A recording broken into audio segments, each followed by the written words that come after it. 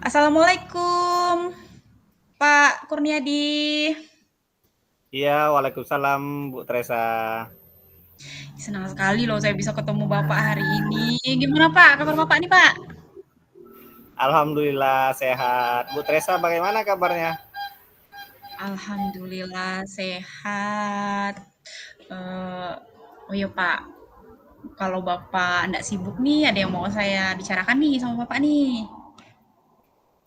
Oh, silakan Bu. Kebetulan saya ada waktu kosong loh. Ngomong-ngomong, apa sih yang ingin Ibu bicarakan kepada saya? Harapkan dan Ibu harapkan dari pembicaraan kita hari ini. Saya ingin menemukan solusi sih Pak sebenarnya dalam permasalahan saya. Jadi saya itu ada permasalahan Pak.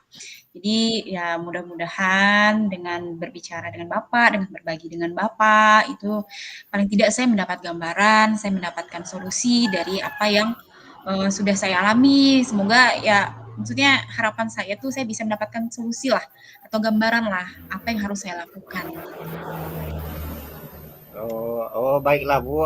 Memangnya ada masalah apa Bu Teresa? Gini nih Pak, saya cerita sedikit ya Pak ya.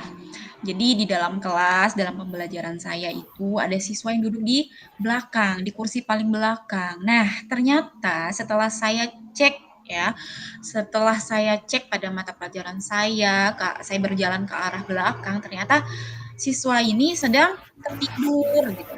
Nah, ini nih yang buat saya jadi khawatir nih, Pak. Oh, tentang siswa tertidur di belakang itu ya Bu Teresa.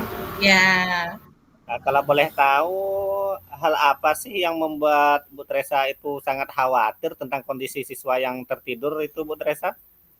oke. Saya tuh khawatirnya nih Pak, siswa yang tertidur tersebut tuh tidak mendapatkan pemahaman dari apa yang sudah saya ajarkan. Kemudian juga saya khawatirnya bahwa pelajarannya itu jauh tertinggal dengan teman-temannya. Jadi ya itu sih kekhawatiran saya gitu. Pak sampai ber ini nih saking meluap-luapnya saya cerita sama Bapak nih. Jadi intinya tuh yang saya khawatirkan itu siswa yang tertidur itu tidak bisa mengejar ketertinggalannya, kemudian juga saya takutnya dia tidak paham dengan apa yang saya ajarkan. Oh, begitu ya, Bu. Eh, Iya, Memang Pak. itu kekhawatiran bagi semua guru sih kalau saya lihat secara umum kan. Lantas kondisi ideal seperti apa sih yang Ibu harapkan untuk siswa tersebut? Kalau bertanya kalau soal kondisi ideal ya Kondisi Pak ya, ideal. ya yang saya harapkan yang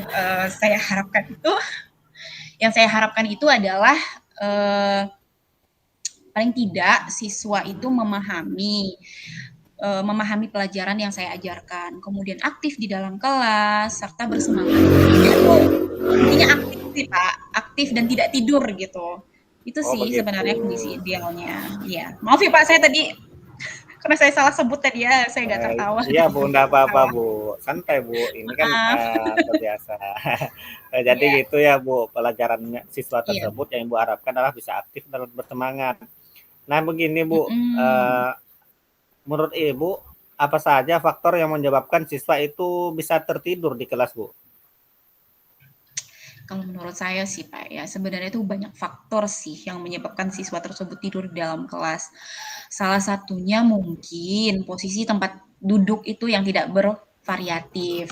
Kemudian faktor lain adalah terdapat kemungkinan bahwa murid tersebut tidak tertarik dengan media dan mata pelajaran di kelas gitu, sehingga siswa tersebut merasa bosan dan kurang semangat dan akhirnya tidur.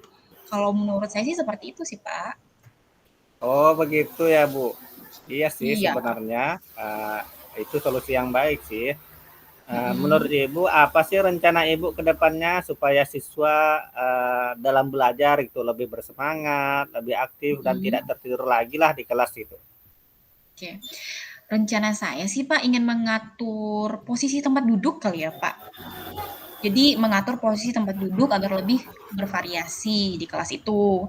Terus selain itu juga saya akan menerapkan pembelajaran yang bervariasi atau berdiferensiasi. Jadi itu rencana saya. Oh iya sih Bu, kalau rencana berdiferensiasi itu merupakan Mhm, hal yang sangat baik sih untuk diterapkan di dalam pembelajaran. mhm. Nah, menurut Ibu bagaimana Ibu bisa menerapkan pembelajaran berdiferensiasi di kelas?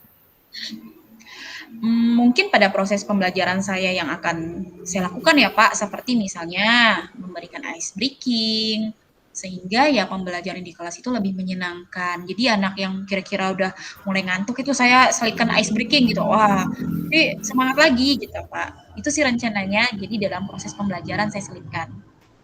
Iya, salah satunya itu ice breaking ya Bu ya. Iya betul. Iya. Nah, selain ice breaking itu, selain ice breaking, apa sih Mm-mm. lagi rencana Ibu untuk bisa menerapkan pembelajaran tersebut? Oke, selain ice breaking, mungkin saya akan menerapkan pembelajaran yang bervariatif, Pak. Yang berdasarkan kebutuhan siswa gitu. Misalnya kan, siswa kan ada yang audio, ada yang kinestetik, ada yang audio visual. Nah, saya akan mencoba membagi media pembelajaran itu berdasarkan kebutuhan siswa tersebut. Itu. Iya, bagus ya Bu rencananya ya Bu. Nah, Ya, terima jika kasih, Pak. jika Ibu ukur gitu kah, kita ukur dengan Mm-mm. rating keberhasilan siswa dalam bentuk Mm-mm. angka gitu, skala 1 sampai 10, kira-kira berapa skala yang Ibu terapkan? Dengan PD-nya nih Pak ya, saya insya Allah sih mudah-mudahan berhasil jika skalanya itu ya sekitar 8 sampai 9 lah Pak tingkat keberhasilannya karena pembelajaran berdiferensiasi itu kan sangat memerlukan proses waktu yang agak panjang ya. Jadi mudah-mudahan proses yang saya lakukan atau rencana yang saya lakukan itu bisa berjalan dengan baik. Iya. Kapan rencana Ibu menerapkan pembelajaran berdiferensi ini? Secepatnya sih Pak, secepatnya insya Allah. Kemungkinan pada kegiatan pembelajaran berikutnya.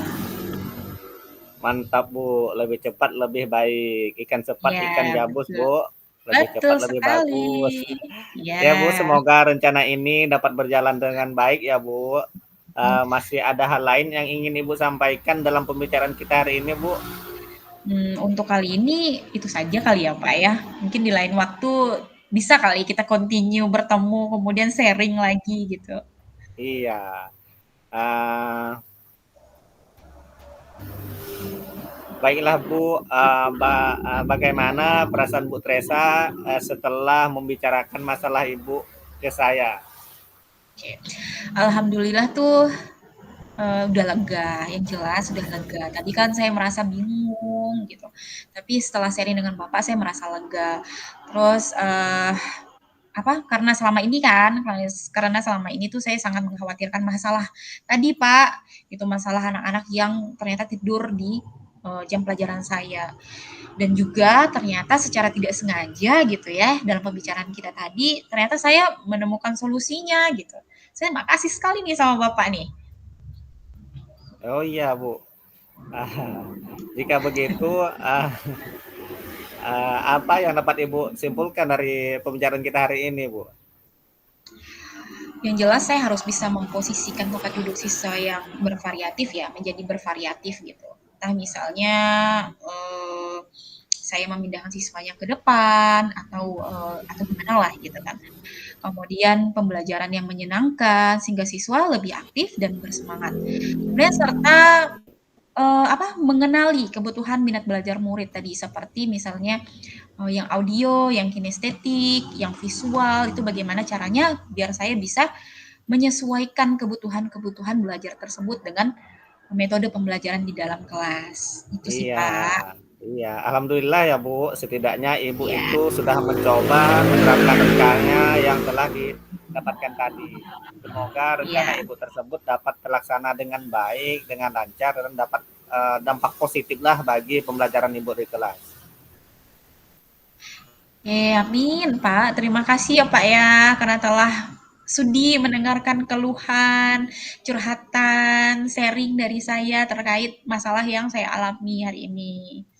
Iya Bu, dengan senang hati Bu, dengan tangan terbuka, saya tetap semangat ya Bu. Semangat Bu, Tresa. Semangat, menyala. Menyala Bu Tresa. Betul, Pak. Jadi terima kasih ya Pak, sekali lagi ya Pak, atas semangat yang sudah diberikan. Mudah-mudahan doakan saya, semoga saya bisa konsisten dalam menjalankan rencana-rencana yang sudah saya rencanakan. Kemudian, pokoknya intinya terima kasih lah untuk hari ini. Saya akhiri ya Pak ya. Assalamualaikum warahmatullahi wabarakatuh. Iya, sama-sama Bu Teresa. Waalaikumsalam warahmatullahi wabarakatuh.